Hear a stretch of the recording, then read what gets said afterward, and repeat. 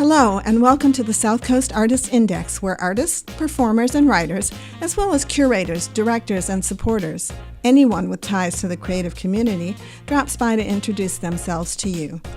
We'll talk about their beginnings, their vision, their passion, and so much more. The South Coast Artist Index podcast is brought to you in part by Heavenly Spirits, who invites you to celebrate the art of life and creative communities everywhere. Learn more at heavenlyspirits.com. Hi, this is Ron Fortier with another episode of the In Focus podcast brought to you by the South Coast Artist Index. And our guest, who I will have themselves introduce themselves to you, is one of our first guests in the 70s, not in their 70s, but in the 70s. So we're like well over 70 podcasts, and we're closing in on 100 podcasts. So that's phenomenal. So without further ado, guests, could you please introduce yourself and also spell your name? I don't think we're going to get anywhere with the name spelling, but you just never know. No, that's okay. How you doing, Ron? Thanks for having me. You. My name is Frank Grace, Frankgrace. And you have me on. I'm a photographer in the area, in New Bedford, South Coast area. And just a dumb question. When Frankie and Grace were on Netflix, did you get any like weird backlash from that when you give somebody who didn't know you your name? Actually, no, yeah. I haven't heard anything. No, none of that. Nope. Yeah. Okay. That's interesting because sometimes, I do these as warm-ups, especially for guests who are like, well, what's he going to ask me? What's going to be all about? And it's just basically a conversation. Now, you have been. I might as well just go straight for the jugular. What's the matter with you? You went to Chernobyl? There's blue dogs running around now. Did you read about that? There's what? There are blue dogs running around. I've met many of the dogs there. Are they blue? They're not blue. They're extremely friendly. Okay. And they're actually well taken care of. There's volunteer groups that go in there and give them their shots. I'm talking about the color blue. No, there were no actual dogs that were colored blue. I have not seen. I didn't. Yeah. I just saw regular dogs there. Yeah, you're gonna have to Google that. This is a new thing within the last week. Huh. Yeah. That's interesting. Yeah. What possessed you? Well, I remember being 16 when Chernobyl happened. When the whole accident happened, and I've always since taken up photography, abandoned places, historic events, historic places have always been a thing that I have a passion for. It's the decay, the abandonment. I find it interesting. I don't know why, but it's kind of thrilling. And Chernobyl was like at the top of very top, number one on my list of places I wanted to go, but I always kind of wrote it off that never going to happen. I'm never going to go to the Ukraine, and to get in there is difficult. And, but no, one of my friends was planning a trip there, and I said, wow, I am insanely jealous. And he goes, why don't you come along? And it was dirt cheap. And we went for a week, and we stayed 2 days in Kiev in Ukraine. And then they picked us up, and we spent 3 days in the exclusion zone, as they call it, with a tour guide, with a dose meter and everything so what hot spots to stay away from. Mm-hmm. But it was immensely fascinating because everybody left everything there. They told everybody they'd be back to get everything, but they knew that nobody was coming back because everything was already irradiated. So it is a total time capsule. Like, you see those shows like The Earth Without People. It's Mhm. kind of like that. Everything is just still there. The classrooms are still filled. The nurseries are still filled. The schools, everything, churches, everything. So yeah, you walk through history, and even when you're walking through there, you can see uh, it was at the height of the Cold War, because they had some graphics of, silly Americans with these caricatures of crazy Americans, and how they were, the evil group and everything. And Mhm. it was fascinating. It was absolutely fascinating. It was sort of like a 20th century Pompeii. Yeah, kind of. Yes. Yeah. Yeah. Except, yeah, except they had kind of a warning, but when they were taken out of there, they thought they would be back, and they were not allowed to come back. However, they do go back once a year. They let people in there that used to live there to visit their old homes, and then they let them back out again. Wow. Um, that's absolutely amazing. I can't imagine your wife's reaction. Honey, I'm going to Chernobyl. Well, I asked her, she always knew that was on like the top of the Yeah. list. So, Yeah. and when it came up, it was, I talked to her about it, and we went over the safety issues, and it was like, this is a once in a lifetime opportunity. And I asked my dad, I'm like, Dad, you want to go with me? And he's in his 70s. He was like, hell yeah, I want to go. And we went together with a group of Wow. I think 6 other people that went too. Wow, that's amazing. Um, I mean, the imagery that you captured is haunting. And speaking of haunting, Yep. um, this I don't even know what it is, because I try to describe it myself as an artist. People ask, what's this motivation? What draws you to this, or whatever? And I remember once being at a gallery opening, and I thought I was going to have like the pat answer, and I came up with a brand new answer without even thinking about it. Yeah. It was like, it's like Close Encounters of the Third Kind, where the main character is either Jack or Roy, the guy who's in his pickup truck, who gets, sees Right. the thing, and then he goes home to Terry Garr. And he doesn't know why. He and he doesn't know doesn't why know- he becomes obsessed. He starts playing with his mashed potatoes and building the Yeah. Devil's Monument. Yeah. Yeah. Same thing, huh? Yeah. Same kind of thing. It's it's one of those things. Chernobyl and abandoned places in general. You get the eyes on the prize. It's almost like you want to be there too, to show other people what's there. Because not everybody gets to go there. Not everybody gets to Right. go in these places, and so yeah, you want to experience and share it, and kind of it's more of a documenting than, I guess, that turns into some kind of art or something. I'm not sure I don't know what art is. I just know what I like to do and what looks nice to me. You know what I mean? I have no idea what any of that stuff All of a is. sudden I could hear the track that I don't know what love is, like with those words. I don't know what art is, right? But yeah, it's then, of course, then once you go to Chernobyl and we're on our way back, and I'm looking at my dad, and I says, oh boy, how do we top this? This was incredible. Yeah. Yeah. Is there, do you feel a presence of, because I know you've done several state hospitals. Yep. You've done, well, why didn't you tell us what you've done? Well, rather I've than have been me to I've been guessing to a and bunch. remembering? Yeah, I've been to a bunch of places. From West Virginia, there's the Trans-Allegheny Lunatic Asylum. That's the Western State Hospital. That's what it's called? Yeah, the Trans-Allegheny Lunatic Asylum. It's one of the, as most of those places, they closed either in the late 80s or early 90s. Right. And yeah, when you go to these places where things have happened, whether it's a tragedy or some type of historic events, like the Lizzie Borden house, for example, and places like that. Yeah, you get I end up going there, and you have like this sense of awe and what's the word I'm looking for?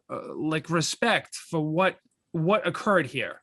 And Like a reverence? a reverence. Yes, Okay. Exactly. Thank you. Yeah, it's exactly it. And so, you look around, and a lot of the times when I'm taking photos, I'll use like a long shutter speed. So you wait a long time. A lot of these places are dark and everything.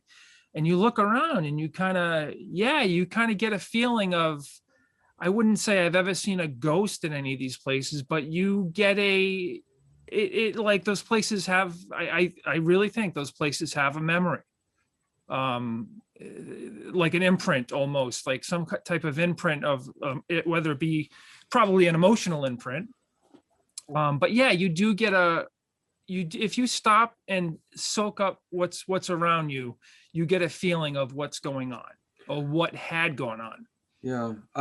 I remember having that feeling when I was in Portugal. A friend of mine took me to this place. I can never remember the name, but it was next to where the Luso spring is, where Luso spring water comes from. Luso spring water is one of the major spring water companies in Portugal. And it's up next to where this very famous convent was. And it was also the launching point into Spain. Wellington had launched his campaign, believe it or not, from where I was living. Actually, it was in the next town over where Peter Pereira is from, the other photographer. Yeah. And but this place is where he launched his offensive on across the Spanish border, because you could see the Spanish border from, it's like a highlands area, and it was absolutely amazing. I really didn't know what was going on, because it was the first time I had been taken there, and there's a lot of other distractions, touristy kind of things, but there was this like vibe. There's no other way to describe it. Right. And I was explaining this to somebody, and they said, "Have you ever been to Gettysburg?" Right. And I said, "No, it's one of the places I've always wanted to go to." And he said, "Well, prepare yourself, because you could have your breath taken away and not understand why. There is like a vibration, something like an echo. You can feel." Right. I mean, 50,000 guys died there in one day. The paranormal people, they call it the stone tape theory, that what you're describing there. Okay. So basically, buildings, wood, stone, it kind of can absorb and have a recording of what went on there. The more emotional impact or the more stressful, the more it gets recorded in the surroundings. And they actually call that the stone tape theory. Yeah. Wow. And I can one example, the only example that I have of that, the Stadium Theater in Woonsocket. I photographed that place a lot. And one time they called me and they said, "Hey, I know you love abandoned spots, grungy, dirty, kind of left the way it was. We have a building, the conservatory, that we just purchased that's connected to the side of the Stadium Theater.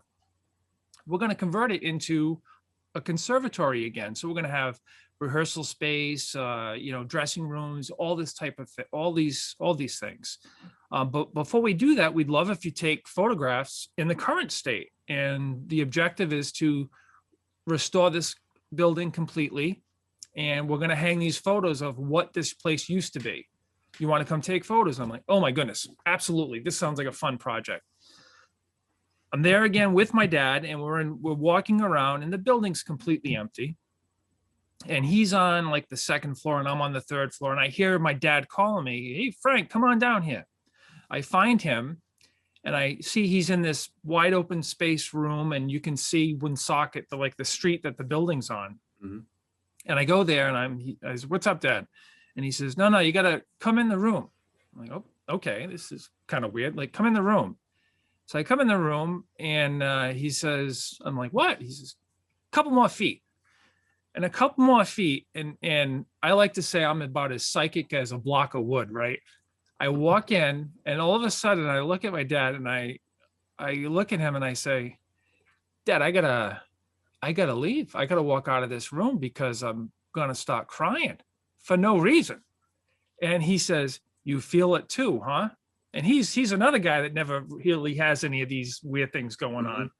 And as soon as I walked out of the room, I was totally fine.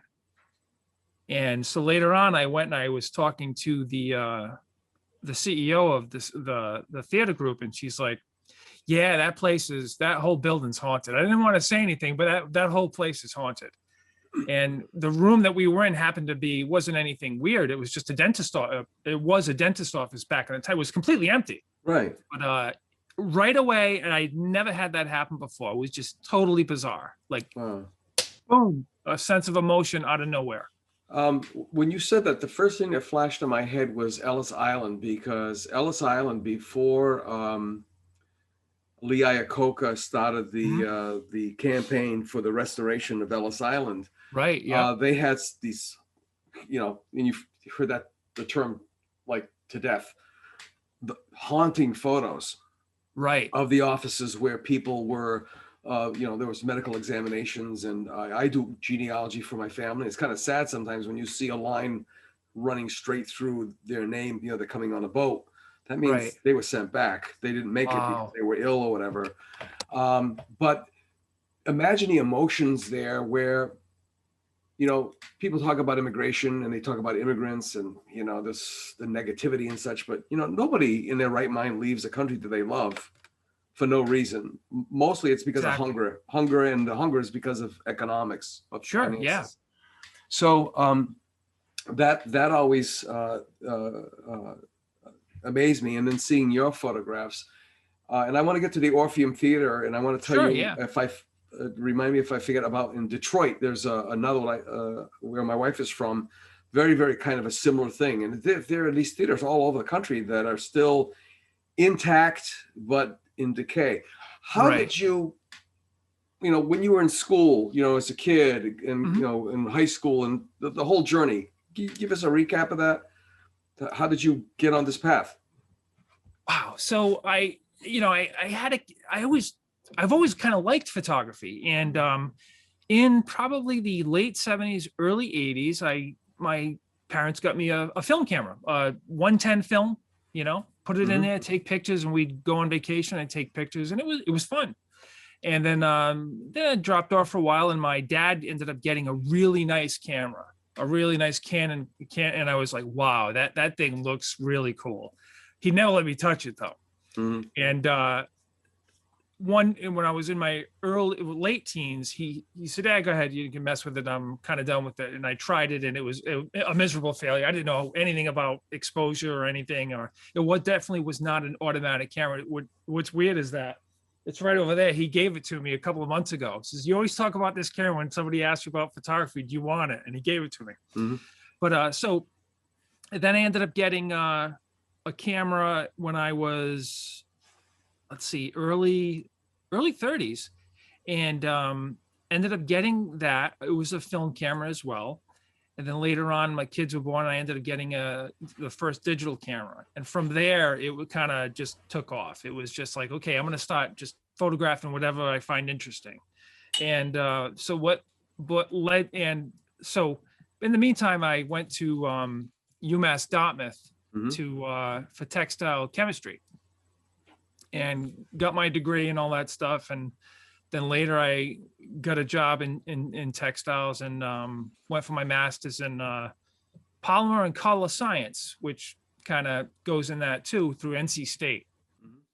And then I really started to get infatuated with seeing people's pictures of abandoned places, especially the theaters. And I'm not a theater guy, but just the grandeur of a theater, right? And what would everybody focusing on one stage? It's kind of powerful.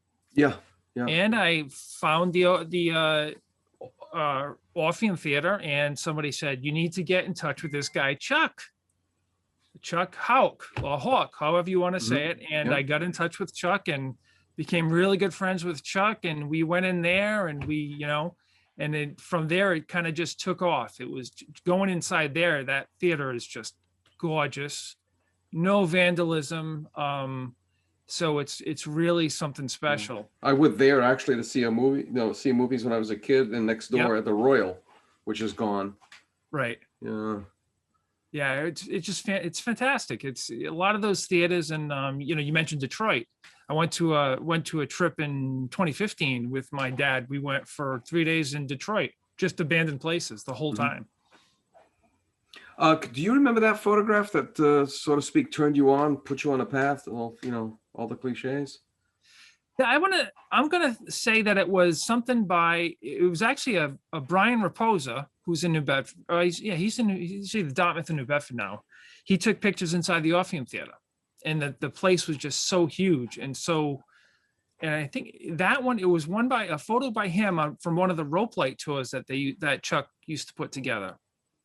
That and Neil Alexander, he's another photographer in the area, and he took some really amazing photos of the Orpheum Theater. And it was like, wow, I got to get in there and try that myself. And how difficult is that? What does it take to do that? And yeah, every time I go out with the camera, it's always a learning experience. There's always something new to tackle, or something's different. It's never always the same thing. If it's always the same thing, I imagine it would get boring really, really quick. Yeah, it would. I mean, but it's still amazing, your path from textile science, to photography. But then again, too, for some reason, I'm just having a memory of my dad was a trainee instructor at the Berkshire Hathaway in the Cotton Division. And I always thought his friends were kind of like, guys, really rude and crude kind of thing. And, right.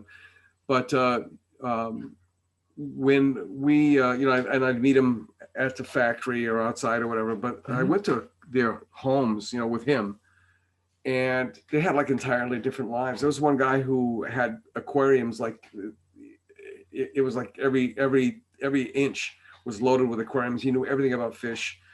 And there were other guys like that, but this guy in particular said, "Hey, just because I work in the mill," he says, "it doesn't mean I don't know anything." And I don't know where you got that impression from, because I was just a little kid. I wouldn't have any judgment on an adult like that. And he said, it was a valuable life lesson. The mill's my job. This is my life.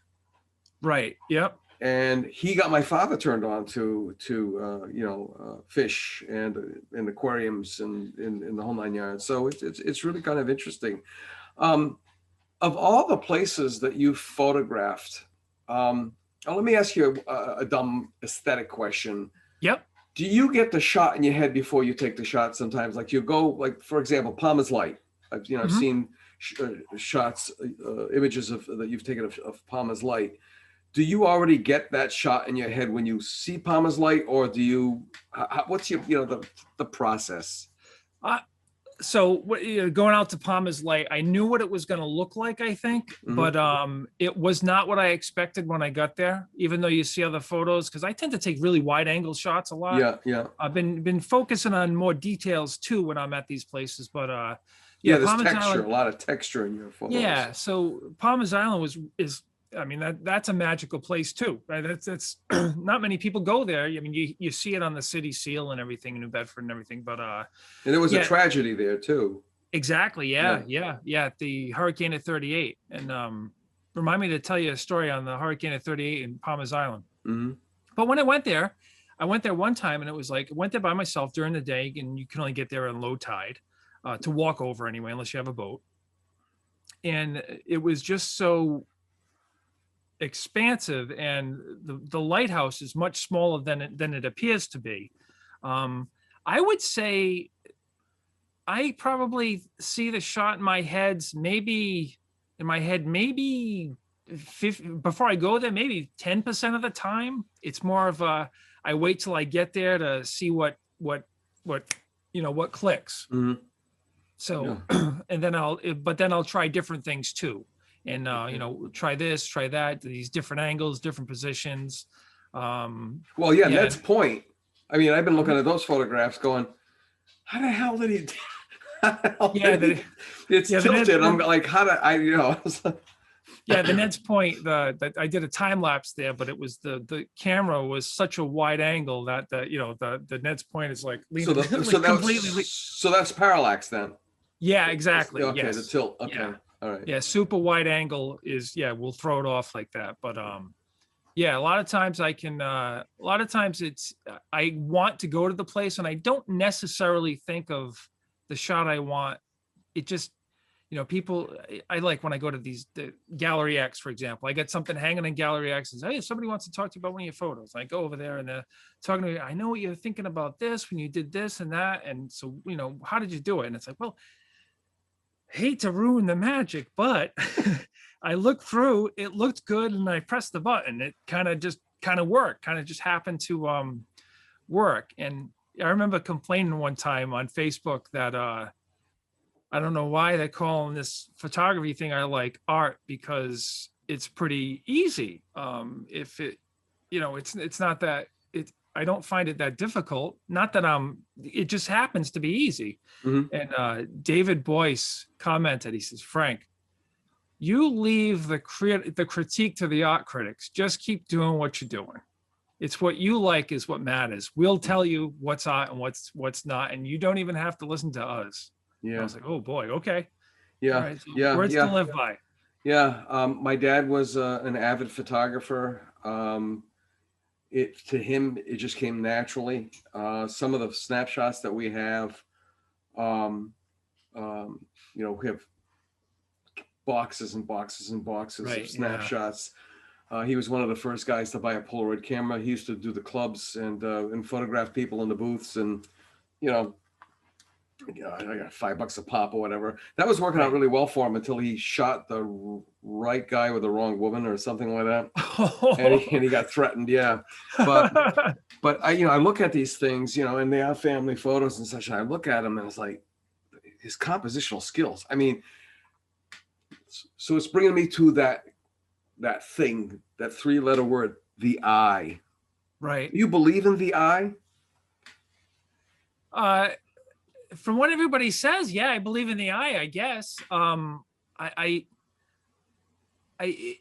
it looks good, it looks good. You walk into a place and, you'll see something I want to photograph, and it's like, okay, I want to just go over there and set the tripod up and go for it. Sometimes you'll look at it and it's like, oh, this doesn't work, but sometimes it just works. So, yeah, people, I think the photographer's eye is a real thing. I think a lot of times you don't know if you have it though, because other people will ask you, why did you do that? And you and like I was saying, well, it just happens to look good there. To me, it looks good. So I guess that's the eye. Maybe that's the intuitive eye, or it just happens to me, it kind of falls into place. I as horrible as I am, and have been all my life at math, and only because I think nobody ever figured out how my brain process math. Right. Yeah. I'm really not that bad at it. But it took a long time to realize that the reason why I wasn't good at it as a subject was because no one knew how I learned with numbers and couldn't present them correctly. And yet, when I was doing my painting, when I was still doing abstract work, to me, it was really all about numbers. It was really all about math. Wow. And I came up with this thing, one night in the studio where it's like, okay, if you imagine a coin, and the coin is mathematics, and one side is art, and that's mathematics seen, and the other side is music, which is mathematics heard. Right. Because if you take your compositions and you start drawing the lines and the golden mean and all that, you've got the ratios Fibonacci and sequence and all that stuff. Exactly. Yeah. So it's really not that far-fetched. What is on your bucket list of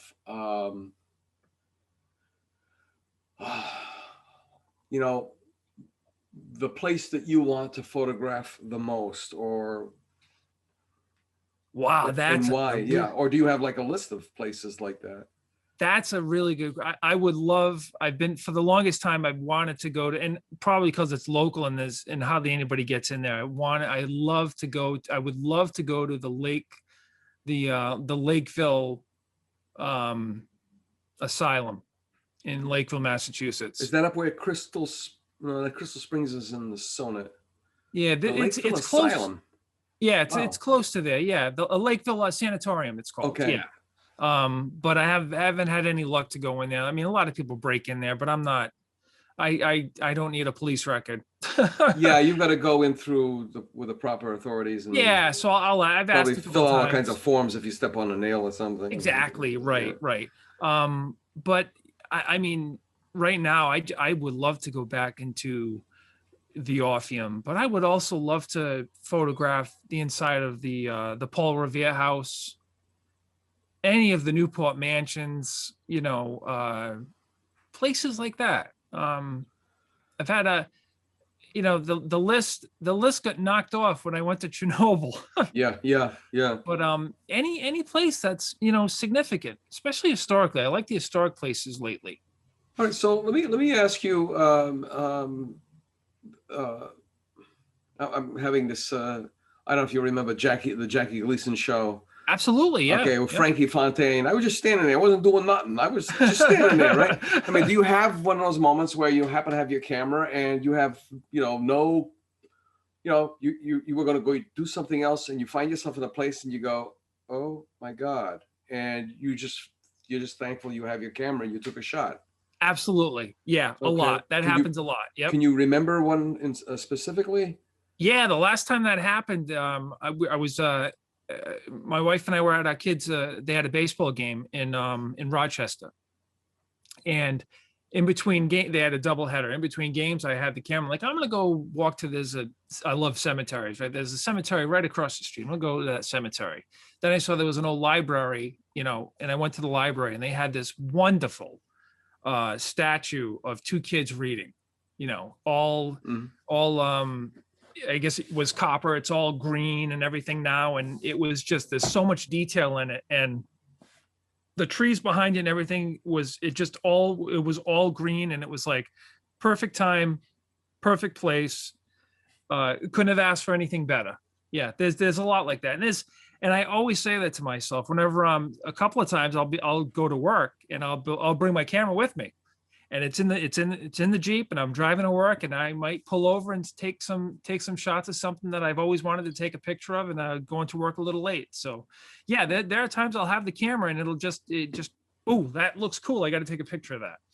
Let me ask you a question. I mean, are you, I think it's the correct term. Can you be what is referred to as sensitive? You mean like you can pick up vibes, you can pick up feelings and emotions that like an empath kind of thing? Yes, exactly. I don't think so. No, because I know a lot of people that they call themselves the psychic, or they're empathetic, but yeah, no, I wish I was, but I'm not. Okay. Does having your camera in your hand change that? Yeah, to me, what the camera does for me, especially when I go into these old places, it's the closest thing I'll ever have to a time machine. So when I'm there and I'm actually putting I went to the Mattapoisett Museum this past Thursday. And I was there, and they have so much cool stuff there. It's in an old meeting house and a reproduced carriage house. And you're there, and you're taking pictures of the dolls and the meeting house itself. And you can imagine what was going on in that meeting house and why it was there, and what kind of celebrations or arguments occurred in that meeting house. And so, in a way, yeah, I don't see.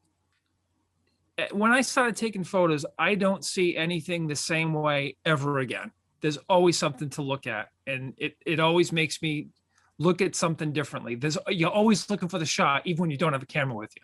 Yeah, I can understand that. A lot of my friends who are painters say that there were periods of time in their lives, and mine as well, when we couldn't paint, but we painted in our heads. Right. We never stopped painting. But I was wondering about your camera being almost like a divining rod. Yeah, it's definitely not just a piece of technology. It's a tool. Yeah. it's an extension, I guess. A lot of musicians will say my instrument is an extension of me, and I guess that's the camera too. Yeah. It's kind of the same type of thing. All the work that you've the images you've captured, using the more modern term, what have you done with them? What are you planning to do with them? For example, a lifelong friend, and I always joke that I knew him before he was born, which I did, because I knew his mom and dad. It was John Robson. I mean, my God, yep. he must have trailer loads. If we were to print everything he's ever photographed, trailer loads, okay, and really, really incredible stuff. But it's like having a brook running under your house, right? Not knowing it, and you're thirsty. Right. Right. I mean, how do people access your work? Well, I share as much as I can online, because it's not, I'm not looking to become rich from it. I do make money from it, but not. I don't probably push it as nearly as much as I could, because if it turns into a job, I have a full-time job right now. If it turns into a job, it might not be as fun. That's always my safety net there. But yeah, as right now, I have them all hosted in one area. I got copies upon copies upon copies. I have the unedited files and the edited files. So I have a whole massive collection of hard drives. It's funny. I was asking you about the sensitivity, the empath, the empathic nature of you behind the camera. And one of the reasons why I asked is because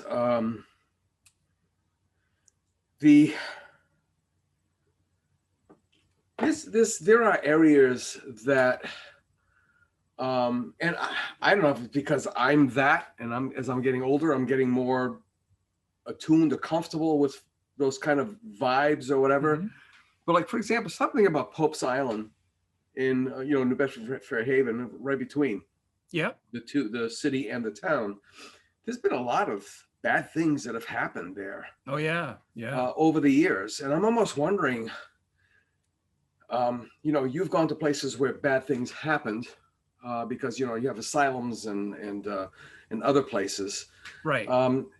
But are there bad places now? The Hockomock Swamp. Yes, you have a friend that's nationally syndicated, don't you, or an acquaintance? Yeah, Tim Weisberg. Yes, yeah, okay. He does Spooky South Coast. Okay. On WBSM. Yep. And how did that all come about? And how did you get involved with Tim? I mean, Tim was a sports writer, wasn't he, for the Standard Times? Yeah, exactly. He was. Yeah. So I was.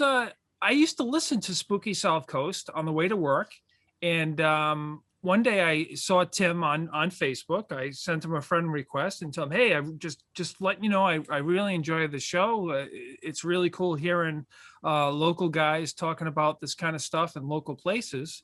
And he was working on his first book, and he needed it was haunted objects, and he needed, anybody have a picture of a Ouija board? I'm like, I got a picture of a Ouija board. Yeah, if you want, here it is. And that's how we met. And from there, he said he invited me to the Legend Trips event. He had a company called Legend Trips where he'd go to these haunted places, and he'd have like an event all night, usually from like 6 p.m. to 2 a.m. And for the first one I went to, he invited me to the Lizzie Borden house. He had like the one he called it the Dead of Winter. And they went, and what's really cool is the first couple hours, they go through the history of these places. So you're there, you get a huge history lesson.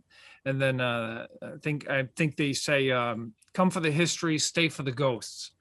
And that's how I met Tim, and also my friend Jeff Belanger, who I do a lot of stuff with as well.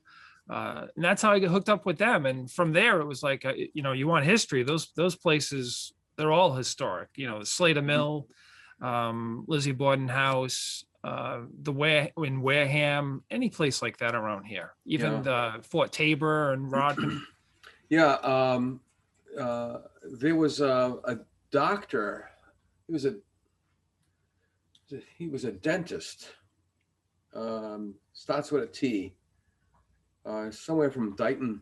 Oh God, I can't remember his name now. My ex-brother-in-law, who was not a reader, an avid or otherwise, was in the dentist's office, Tarbeck or something similar to that. And I think it may have been the dentist's son, or it could have been the dentist himself that did it on the side. But he was like probably one of the first publications of ghost sightings in this area. Oh, wow. Okay. Yeah. And some of them are legendary. So they followed up on, but the one that stuck out to me was in New Bedford. And I'm trying to think of the name of the bank that's there now, the Winslow Bank. It starts with a W on Union and Pleasant. Okay. It used to be the First National Bank building. So it's on the opposite side of the block from Dunkin' Donuts. Right. And there was a black man in the either 30s or 40s who was beaten to death in a stairwell. And I can't remember if it was by law enforcement or by another individual or whatever. Right. But supposedly that stairwell is haunted, you know. Wow. And that's the only one that I can remember from this area specifically. But when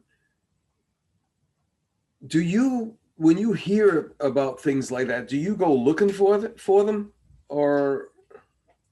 I'm always under the assumption that I've been to so many haunted places that I haven't experienced anything weird all that much, that I'm not even expecting it. A lot of people will say, well, how can you go to these places? Aren't you afraid? I'm like, no, I'm not afraid, because stuff never happens to me like that. Whether it's because I'm totally shut off on it, or I'm just not sensitive to it. But I would love to experience something like that. Like the crying thing in the Stadium Theater. It was completely. I'm a science. Whoa, wait a minute. Wait, the crying thing. I mean, this came out of the blue. Yeah, no. When I was in that building, my dad called me into the room, and I said, "Dad, I got to leave this room." Oh, okay, all right. So you, yeah. I've never had anything like that happen before. Yeah. But it was like really profound, right? Yeah, it was for no reason. There's no backstory, nothing. Yeah. But yeah, I mean, when you hear about last November, went to the Eunice Williams Bridge in Dedham, and a woman there died during the French Indian War, and they say you can hear at night, you can hear her screaming. She was murdered because she had just given birth and she couldn't go the rest of the way because she was in very poor health after childbirth. And I wasn't afraid going there, and it was like I wasn't expecting to hear anything, but I just wanted to go to that place because something significant would happen there, and I'm like, I want to get a shot of this bridge. It's a pretty famous bridge in the area. Mm-hmm. Mm-hmm. But yeah. Now, do people call you? Have you become known amongst? Sometimes they'll call me. And such. Yeah. Sometimes they'll, hey, there's the S.K. Pierce Mansion in Gardner, Massachusetts. That was a few years ago. The caretaker's like, hey, you gotta come see this house. If you want to take pictures, it was abandoned, but we're starting to restore it. And come on, take some photos of it if you want. Well, we'll meet you there. And you name the day, and I took photos. And now that place, I was on the second floor, and the woman was caretaking the house said, do you mind if I put this recorder over here while you're taking pictures? So she's going to try to get some EVP, they call it, electronic voice phenomenon, right? Stuff that you can record, but you can't hear it with your ears. Mm-hmm. And a couple of days later, she sends me this file, and she says, you have to hear this. And you can hear me clunking around with the camera, the tripod, you hear the camera going, and you hear a little boy saying, please make him stop. And then you hear another man with a deep voice and, screaming, stop. And she sent it to me and I was like, I wish I would have heard that. It was just so super creepy and so weird, but I was completely unaware anything was happening. It's a good thing too. Yeah, it was crazy. But yeah, every now and then they'll ask me, people ask, hey, you want to come here and take photos here and there? And, or I'll ask and say, this is kind of what I do. Do you mind if I come take some photos? And yeah, and share the photos, share the location, get the name of the place out so people can be aware of it and go visit it themselves. Did you do the Samuel Clemens, Mark Twain house in I did, yeah. Okay. Yep. Could you tell us about that? What's that? Could you tell us about that? I mean, yeah, especially since he's got a connection to here in Fairhaven and exactly right. Yeah. So I was going to at the meeting at the first event I did with Tim Weisberg, I met this guy, Jeff Belanger, who was running the events with him. And he's a pretty popular researcher. He works on all these ghost shows on the Travel Channel and Discovery Plus now. And he's a writer for one of the most popular ghost shows called Ghost Adventures. But he's a pretty good researcher. He does a New England Legends podcast, and he's got a book coming out next month. He climbed Kilimanjaro and stuff like that, and I helped him with the book cover and everything. But yeah, so when I met Tim that day at the Lizzie Borden house, Tim and Jeff said, hey, I like your photos. I have an idea. You want to do a haunted New England calendar with me? I'm like, absolutely. So and I always wanted to go to the Mark Twain house, and they've always said, no photos, no photos. There's signs everywhere, no photos. And I asked a bunch of times, and it was always a polite no. We don't allow any type of photography. So, and I said, well, Jeff, we're working with Jeff to get a list, and he's like, all right, well, I want to do the Mark Twain house in Connecticut. And I said, well, I've asked before, and they said no. So let me ask, because I know I got a little bit more pull than I think you do with this. And sure enough, I go there, and he says, okay, you ready to go to the Mark Twain house on such and such a day? Drive there, and there's signs everywhere. I go to meet this guy Jacques at the Welcome Center, and I got my camera bag and the tripod and everything, and people are kind of the people that work there are looking at me like, excuse me, sir, you can't bring this in here. Like, no, I got permission to be here. Mm-hmm. And I went in. I was there for like 3.5 hours. When we first went in the building, the Mark Twain house, he closes the door, and there's a loud crash upstairs. And I look at him like, okay, who else is here? And there's fear in this guy's face.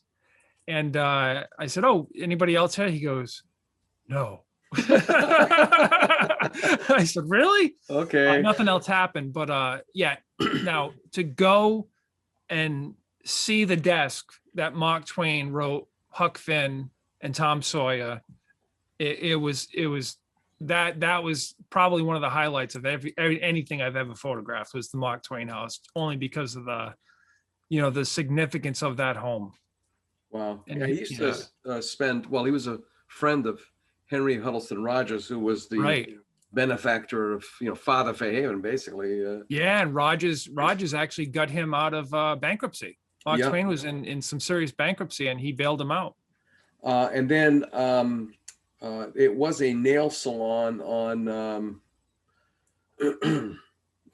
Market Street. Again, that's on the opposite corner from the Dunkin' Donuts.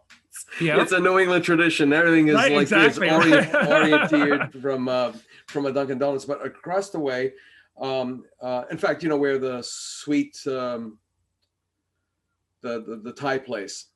Oh yeah. Thai food place. Sweet. Yep. Oh my God. Anyway, that used to be Lincoln Cancellations, which was a shoe store back in the 50s and 60s and early 70s. But previous to that, it was Haim's drugstore. Mm-hmm. And supposedly, Mark Twain hung around there having coffee fraps or something. Wow. So, this city had a lot of people, the ebb and flow of popular people going through here like crazy. Oh, yeah, definitely. What is next on your horizon? Not so much travel destinations, but I mean, it's like that question that, you know, you've been having a lot of fun. This came up pretty much in a serendipitous kind of a way. Yep. But you know, I'm your eighth grade guidance counselor, and I'm going to ask you. So, what do you want to do with your life? So, the next thing I have planned is actually with my friend Jeff.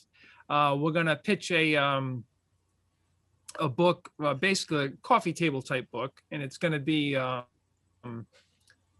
like weird New England. And I'm going to I got tons of photos of like weird spots in New England.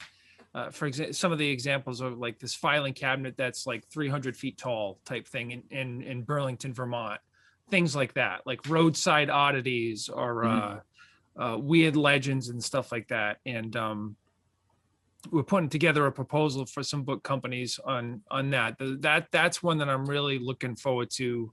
Hopefully it takes off. Hopefully we get somebody that's interested in it. Yeah. This area, are you familiar with, well, you live in Acushnet. Are you familiar with a part of Acushnet on the New Bedford border called the Triangle? Is that where the river starts? The river's end, actually. Yeah. Yes. Yeah. Yep. Okay. That was like supposedly one of the most let's put it this way, one of the bloody battles, not bloodiest. I mean, because, you know, who wants to give a ranking to that? But right. That was during the King Philip War. Right. And it's amazing that those houses have survived. I don't know if, and that's going to bring me to another question before you even answer that one. When you photograph things, objects, places, spaces, it's almost as though you're X-raying them. Okay. You're bringing out for lack of a better term, you're bringing out the weirdness. Right. You're bringing out the vibes, the spirituality, So my key, I after, trying to analyze it, what I'm doing, why I'm doing it and everything, is really to make the final image of a place to convey the feeling I had when I was there. So basically, it's not just a snapshot. It's more of the processing to get maybe the mood of what it was like to be there, or maybe the underlying historic significance of the place, or any kind of event that happened there. So it's kind of, Tim and Jeff say what you're doing is you're storytelling with a single image. I'm like, okay, well then that's what I'm doing. So that try to get it what it feels like to be there. If it's a haunted place, or if it's the coast of, I grew up in Fall River, so if I go to Battleship Cove and there's a cool sunset there and it feels nice to be there, it's try to convey that in a photo. So basically to take you there. Two questions about Fall River. I've seen photographs of the exterior of the Maine, of the Battleship Massachusetts, the BB-54. I think that was the designation on that vessel. I mean, she was a real fighting ship. Yeah. Have you ever photographed her, using a maritime term, inside? And yes. If you ever had any? No, I hadn't had anything happen there. We did have a strange thing happen in the USS Salem in Quincy, Boston, Quincy area, when it was closer to, when it was in Quincy. We actually had smoke come out of nowhere. Like we were at a legend trip event. I was there. I was standing there with Tim, and we looked across, and there was some people sitting there. And I'm like, Tim, why is there smoke over there? Is somebody smoking? Right away, you think, okay, somebody's smoking in here. They're not supposed to smoke on the ship. And went running over there, and the smoke was gone. We both saw it. Yeah, I can vouch for that. We lost a friend, and we placed his ashes on the beach, and I was with Daisy. It was a couple of months afterwards. It was like one of those winter's day where it's clear blue sky, cold, not too cold, that kind of thing, crisp, clean kind of thing. And in my mind, I'm saying, I just want to know you're okay, because I was with him when he died. Right. I just want to know you're okay. And honest to God, talk about smoke. It was like poof. There was this big black puff of smoke that came out of nowhere. There were no vessels around, Wow. nothing. And I saw he had had a stroke about a year before he passed. And because of that, he started to develop that, some people call it a stroke posture or whatever, to balance himself out. He would hold his hands out, almost to make like a triangle between his head and his hands, right, to balance himself. And it was like, whoa, that was interesting. Another quick one in Fall River. My grandmother passed away when my dad was 3. They were up in Canada, and they had to leave suddenly because her tuberculosis. There was a scourge of tuberculosis going on in 1933, and around that period of time. And they brought her down to St. Joseph's. Now I thought it was St. Joseph's Nazareth Hall, on the top of President Avenue, President and Robson. Yeah, Robeson, yeah. Robeson, yeah. Anyway, but they said no, it was St. Joseph's. It was a sanatorium, because there was also a St. Joseph's orphanage where a friend of mine I went to school with, he was a Cuban refugee, went to. But they said it was out by the airport. Have you ever heard of that? Is it still existent? I don't think it exists anymore. I remember seeing some photos of old sanatoriums. There was one in Acushnet too that's not around anymore. That was for tuberculosis. Was that the one that's across from Cam's Kitchen? I think so. Yeah. Okay. Not too far from Pop Casey's. Right. All right, Yeah. all right, Yeah. all right. There was some all around the area. Yeah. All right. Wow, I can't believe that the time has gone by this fast. This is going to be, regardless of the puppy poop break. And that's another thing. Daisy, would you just find a spot? It's like, no, I'm going to orient myself, It's like they have to find a consolation that they have to orient themselves exactly, to, right. It's a very serious business. Yeah, they're going to find due south or due north or whatever it is. You got to find those magnetic lines, which actually... it's probably a cosmic lesson for us for this thing. There are those unseen things. Exactly, that they're tuned into. Yeah, I believe that. Yep. In fact, speaking of which, to wrap this up, that would be a really interesting investigation, to be with animals in some of these spaces to see what they are absorbing. Right. Where we are totally oblivious to what's going on. We're in our own world, not tuned in. A lot of people, a lot of those people that investigate places like that, they will bring a dog, even on the TV shows. I mean, even though those are mostly entertainment, they do bring dogs to stuff like that. Wow, that's interesting. And then finally, the Bridgewater Triangle. Yes. You've been there?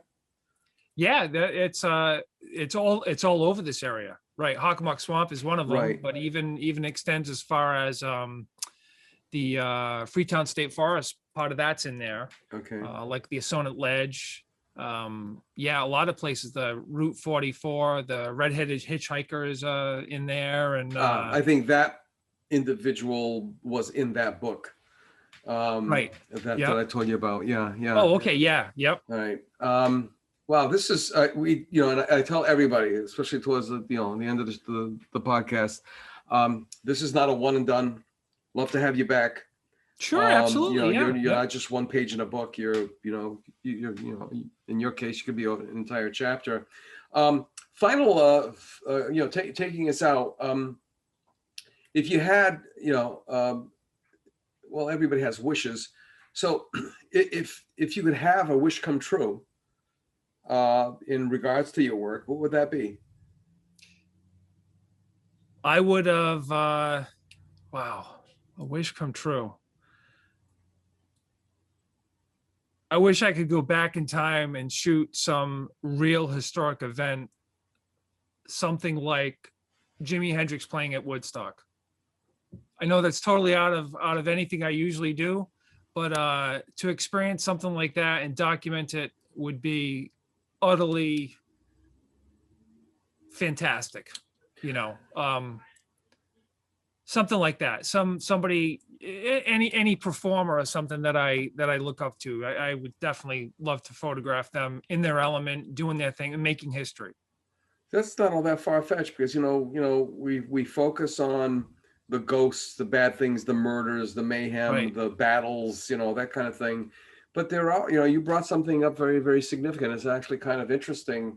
Actually, it's sort of interesting if you could actually pursue it, because there have been performances all over the world in different, in various venues that have been legendary. One in particular was Paul Gonsalves, a saxophone player from New Bedford who was with the Duke Ellington Orchestra. Right. It was the 1965 Newport Jazz Festival, and it's legendary. He did, and I could be wrong on the number, but I think anything over 10 choruses on a solo is like significant. Supposedly he did 25 or 30 choruses. Wow. So could you imagine that kind of vibe to capture that thing? I remember Luther Vandross, for example, on Saturday Night Live when he did A House Is Not a Home. Right. Yeah. Yep. And now this is television, and I'm sitting there watching it, and I can't breathe either. Right. Like the audience, because he just held those notes and had everybody totally under his control. Oh yeah, palm of his hand. Oh yeah. So yeah, that is a really, really interesting idea to pursue. Something like that, or I think my other option would be I would love to have been there to photograph Salvador Dali painting the Persistence of Memory. His most famous melted watch painting. I love Dali. Right. His stuff is just insane. But something like that. Something being capturing the magic of something being created in a way that I would love to do something like that. You never know. Well, last night I was watching Marian Anderson, The Voice of Freedom. She was refused by the Daughters of the American Revolution to use Colonial Hall, and so they decided to do her, it really wasn't a concert, but her performance on the steps of the Lincoln Memorial directly in front of the Lincoln statue. Yeah. And that's the exact same place where Martin Luther King decided he was going to do the I Have a Dream speech. Yeah. So that kind of place has some sort of a magnetism, a juju, to use that old-fashioned term. And speaking of which, have you ever considered going down to Louisiana, which is supposed to be like a ripping trip and a half? Right. I mean, I would love to go there. Oh, I would love to. But you know where I would love to go. My dad's side of the family is from St. Michael's. In Portugal, so that's where they came from, and the other half of my family is from Poland. But I would love to go to St. Michael's and because I keep hearing and you see all the gorgeous scenery that's there too. Yeah, something like that. But you mentioned one of the places I just remembered it, where I really would love to go to is the catacombs in France. With a camera and a tripod, and to see all those skeletal remains and all stacked up and almost looking like a ritualistic type thing, that would be a place. Yeah, that would probably be the top of my shot. It would be the catacombs in France. Yeah. You've got your work cut out for you, Frank. I think Grace. so, yeah. I think that would be safer than Chernobyl anyway, but that would be, definitely. Exactly. Frank, thank you so much. Thanks for having me, Ron. And this is really a conversation where it's like it went by too fast. It's just kind of weird. Speaking of weirdness, but anyway, well, folks, that wraps up another episode of the In Focus podcast, brought to you by our sponsor, Heavenly Spirits. How appropriate. How appropriate, yeah. And we thank them for their support, and we thank you for listening. And it's still not safe out there, so just think before you act, and be kind to each other. And thank you very much. And we'll see you the next time. Bye-bye. We'll see you next week for another episode of the South Coast Artist Index podcast. The South Coast Artist Index podcast is brought to you in part by Heavenly Spirits, who invites you to celebrate the art of life and creative communities everywhere. Learn more at heavenlyspirits.com. To learn more about the South Coast Artist Index, visit theartistindex.com. Find us on Facebook, Instagram, and YouTube. Be the artist you believe you are, and let's take care of each other out there.